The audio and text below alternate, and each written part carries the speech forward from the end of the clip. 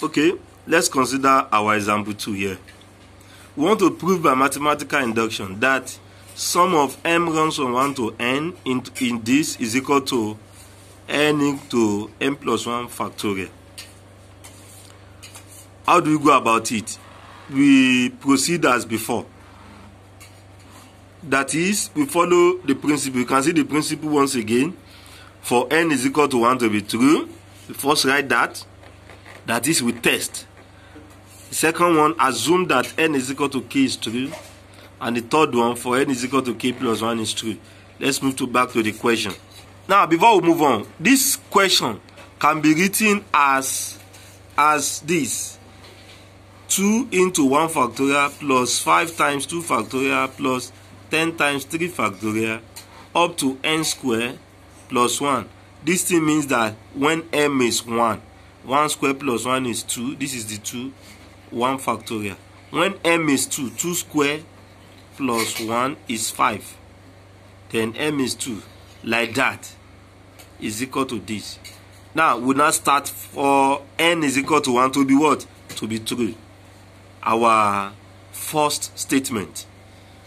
And I told you that for n is equal to 1 to be true, for this left hand side, it means the first one. The first one here. That is the meaning of n is equal to 1 to be true. But for the second side here, this right hand side, n is equal to 1 simply means anywhere you see n here, put it as 1. That is why we have 1. This is the 1 into 1 plus 1 factorial. Here now, we know that 1 factorial is 1. Then 2 times 1 is 2 here. Likewise, this one, 1 plus 1 is 2. 2 factorial is still 2. In that case, they are equal to each other. We cannot conclude that, therefore, left hand side is equal to right hand side. Hence, it is true for n is equal to 1. Because the left hand side is equal to right hand side. The second statement, assume that n is equal to k is true. What that means, I told you, write this question, then anywhere you see n, put it as what? Put it as k. That is the meaning of assume that n is equal to k is true. You can see, we have this, up to, we have turned our n to k here, n factorial to k factorial, n to k, n plus 1 factorial to k plus 1 factorial. So, we are done with that. The third one, for n is equal to k plus 1 to be what? To be true. And I told you that we consider, for if you get to n is equal to k plus 1, you first write out this. Then after, anywhere you see k, put it as k plus 1. That's how to write n is equal to k plus 1 to be true, like this. So you now observe that we have written everything out here from 2.1 factorial up to k squared plus 1. Now, we now wrote k plus 1 here. We turn k to k plus 1. That is the meaning of n equal to k plus 1. Anywhere we see k, we write it as k plus 1. That is what we wrote here. That is it. K squared has turned to k plus 1 square plus this 1, the 1 is here, into k plus 1 factorial. Equal to this side, can you see it? K plus 1, k has turned to k plus 1. K here has turned to k plus 1, then factorial. Then we simplify further. But bearing in mind that from this place to this place, we have it here as equation 1. Can you see it? From this place to this place. So instead of writing all this long rubbish, let us just put this there. Because we have said here that this one to this one is same thing as k into k plus 1 factorial. So let's write it out and we simplify this one and this one too. We simplify these two. But the whole thing from this place to this place has been simplified for us here. Now, if you consider now, you will observe that we now wrote everything here. We have written it as k into k plus 1 plus this one. When we simplify it, k squared plus 1 all squared plus 1 has given us k squared plus 2k plus 2. These are k plus 1. And for this side, what did we write? Our k plus 1 is here. K plus 1 has become k plus 2 factorial. Henceforth, there's nothing concern us about this place again. Our aim is now to show that whatever that we have here is equal to this one here. Now, let's simplify this one. We need to simplify this.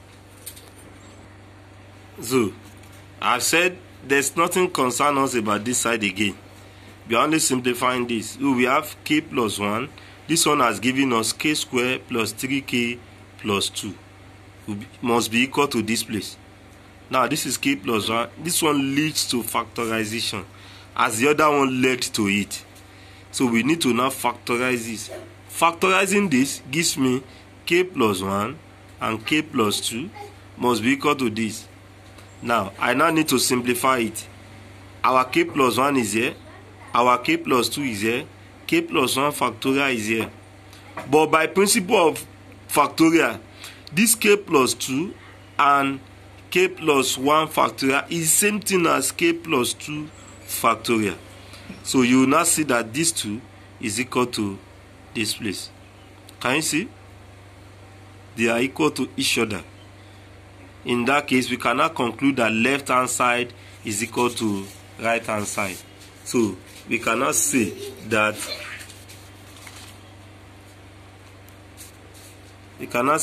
left hand side is equal to what? Right hand side. Therefore, it is true for n is equal to k plus 1 and for all n belongs to natural number. So that completes our proof.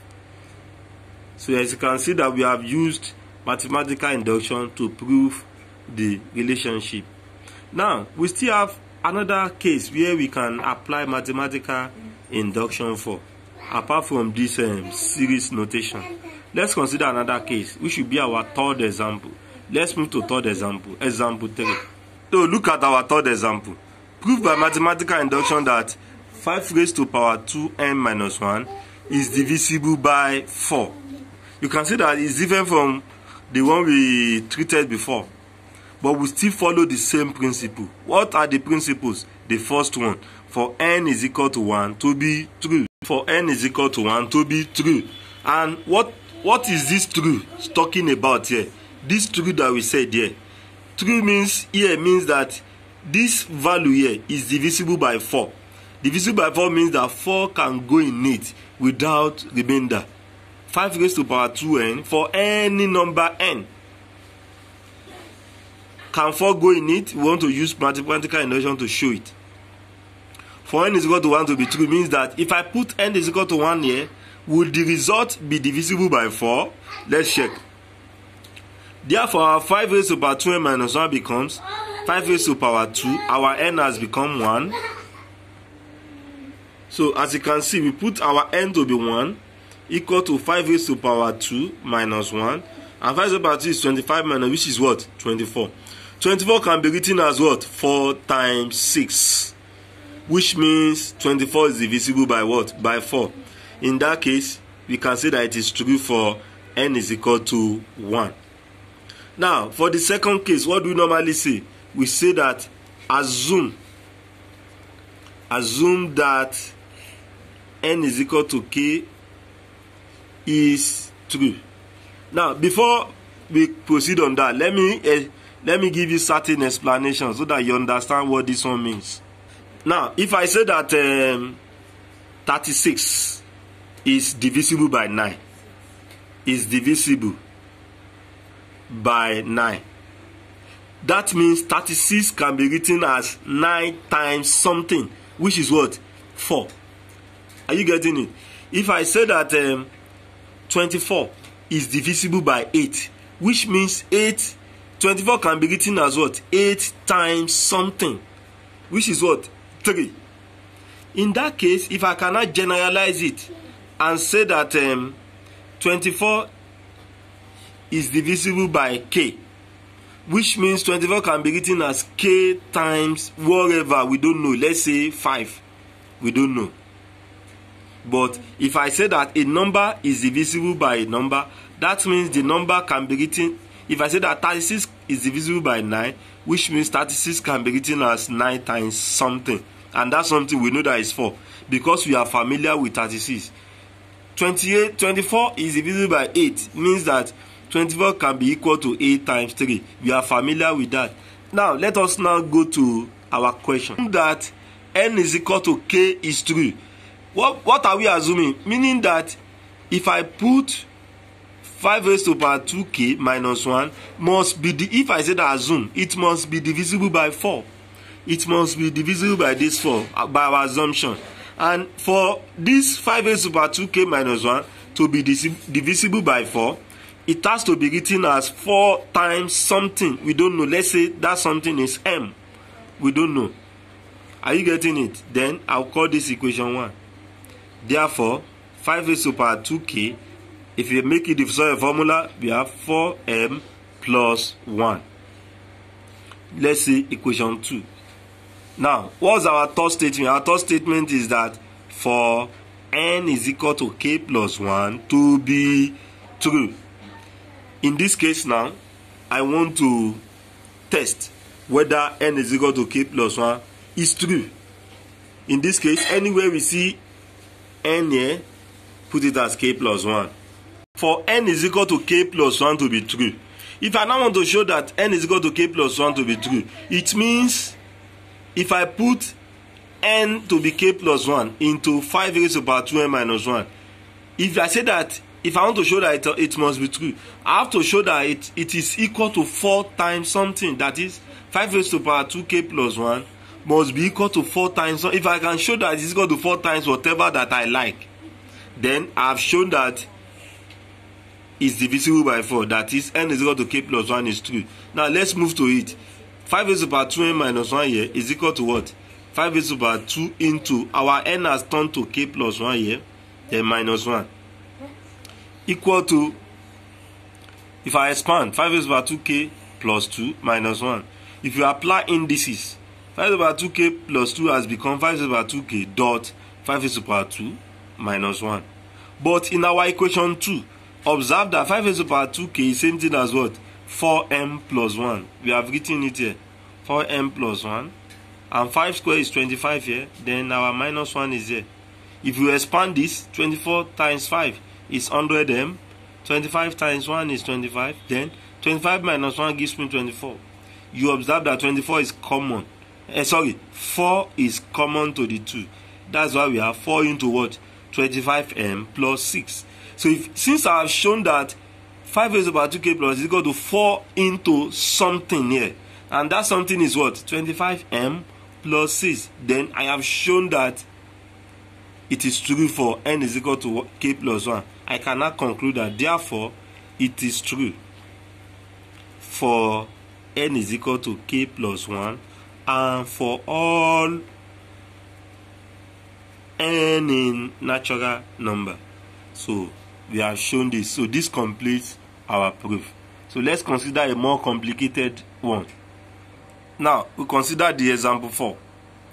Prove by mathematical induction that 3 raised to the power this is divisible by 17 when n is a positive integer. Solution. As usual, we know that we have to first say for n is equal to 1 to be true. That is, anywhere you see n, put it as what? 1. That's why we have 3 raised to the power this plus this equal to, we have turned all our n to be 1. This one becomes 4 plus 2. This one becomes 3 plus 1. And that is it here. Can you see it? Now this is 3 raised to the power 6 plus 2 raised to the power 4 raised to the power 4. 3 raised to the power 6 becomes 729. 2 times 4 raised to the power 4 becomes 512. And everything together, adding it, gives me 1241. And we know that 1241 can be written as 17 times something, which is what? 53. 17 times 53 will give me 1241. So in that case, it is true for n is equal to 1. This simply means that 1241 is divisible by 17. That is why it is written as 17 times something. If I now want to do the second one, which is assume that n is equal to k is true, what are we going to do? We only need to rewrite what is here. Anywhere we see our n, we put it as k as usual. This is 3 raised to the power 4k plus 2 plus 2 into 4 into 3k plus 1 is equal to something. What is that thing? Since we are assuming that it's true, means we are assuming that it's divisible by 17. That is, it can be written as 17 times something. We don't know that thing. Let's say that thing is what? M. Let's keep it like that. Let's say that thing is M. From this place, if I make this one the formula, the first one here, I'm going to have what? 17m minus 2 into 4 raised to power 3k plus 1. Now, let me call this one equation 1. I can now move to the last one, which says for n is equal to 1 to be true. Can you see? For n is equal to 1 to be true. In this case now, anywhere we see n in this place, you put it as, or in the question, you put it as k plus 1. Your aim is to show that it can be expressed as 17 times something. So I've written everything out now. For n is equal to 1 to be true now, n is equal to k plus 1 to be the last one. For n is equal to k plus 1 to be true. You can see, this is the given question. We have written it, this n, as k plus 1. So we have 3 raised to power 4k plus 1 plus 2, this is it, plus 2 into 4 raised to power 3n. Our n is written as k plus 1 here, plus 1, equal to 4 raised to power, if you expand it, 4 raised to power k plus 4 plus 2 plus this. Then, if you are applying this to this first one, you know, it will become 3 raised to power 4k plus 2 dot 3 raised to power 4 here plus 2 raised to power, we don't need this one, because this one, this 3 raised to power 4k plus 2 is in our equation 1 here. So instead of writing 3 raised to power k plus 2, we put this one there. In this case, what are we going to have? We are going to have, instead of 3 raised to power 4 is outside, instead of this circled one, it will be 17m minus 2 raised to 2 into 4 3k plus 1, then plus 2 into 4 raised to power 3k plus 4.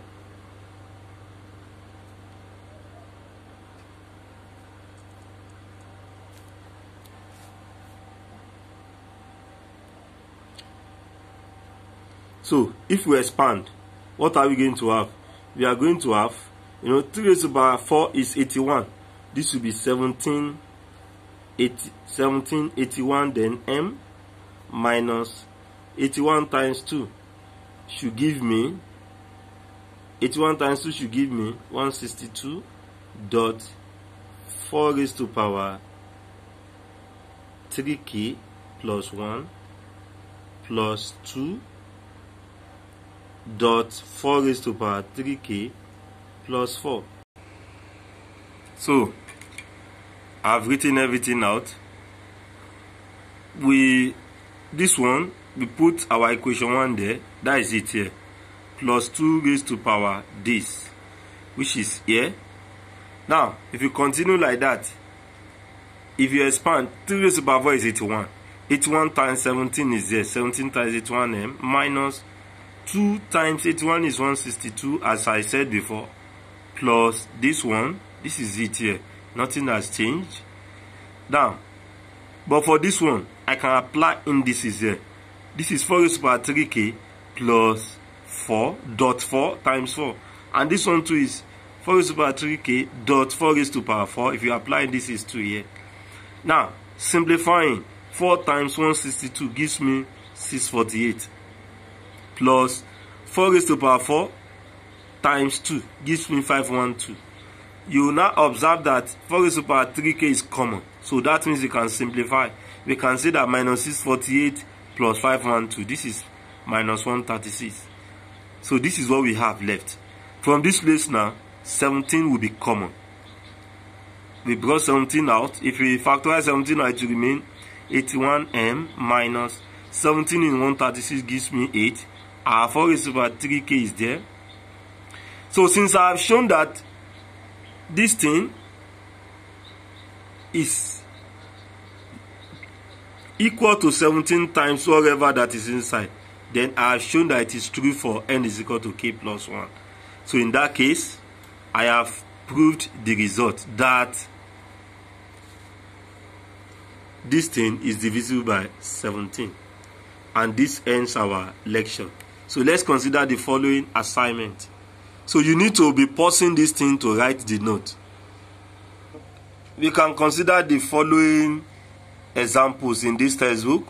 It's self-explanatory. Pause it and write everything out. The solution is here. Everything I explained to you, you can pause it. So you can pause it so that you write it out. This is another one. Proved by mathematical induction.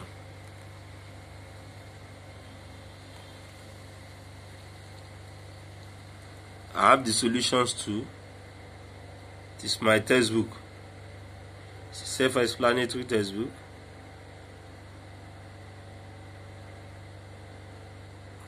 Can pause it and be writing the solutions.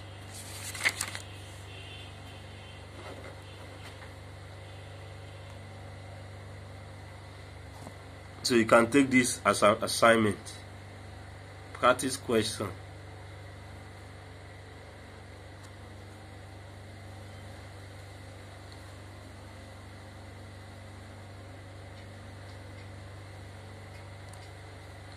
So, good day my people. Bye for now.